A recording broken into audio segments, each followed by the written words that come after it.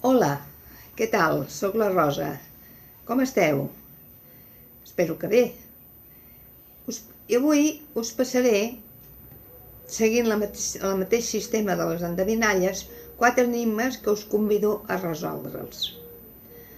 Primer de tot, però, molt breument, us descriuré el significat de la paraula enigma. Enigma és una dita oral o escrita que té un sentit obscur i inexplicable. Persona o cosa difícil de definir, d'explicar, de conèixer a fons. Exemple, un discurs enigmàtic, paraules enigmàtiques, un fet enigmàtic.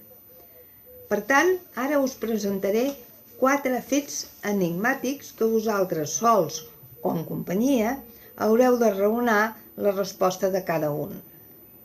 La diferència de les endevinalles és que en aquestes hem d'encertar el què. I en canvi, els enigmes, el què ja el tenim i hem de resoldre el per què.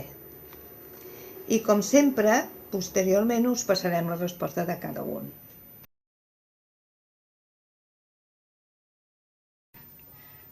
El mort i el pagès. Un pagès troba un cadàver al mig del camp i al costat del cos un paquet tancat. Què ha passat? O qui l'ha mort? Enigma 2. L'interruptor de la llum. L'interruptor de la meva habitació és a 5 metres del llit, però sóc capaç d'apagar el llum i arribar al llit abans que es faci fosc. I com pot ser això? Enigma 3. El camioner. Un camioner va en contradirecció per un carrer de sentit únic. El veu un policia, però no l'intenta aturar. Per què no l'atura? I enigma 4. La pistola del barman. En Prometeu entra en un bar i demana un got d'aigua.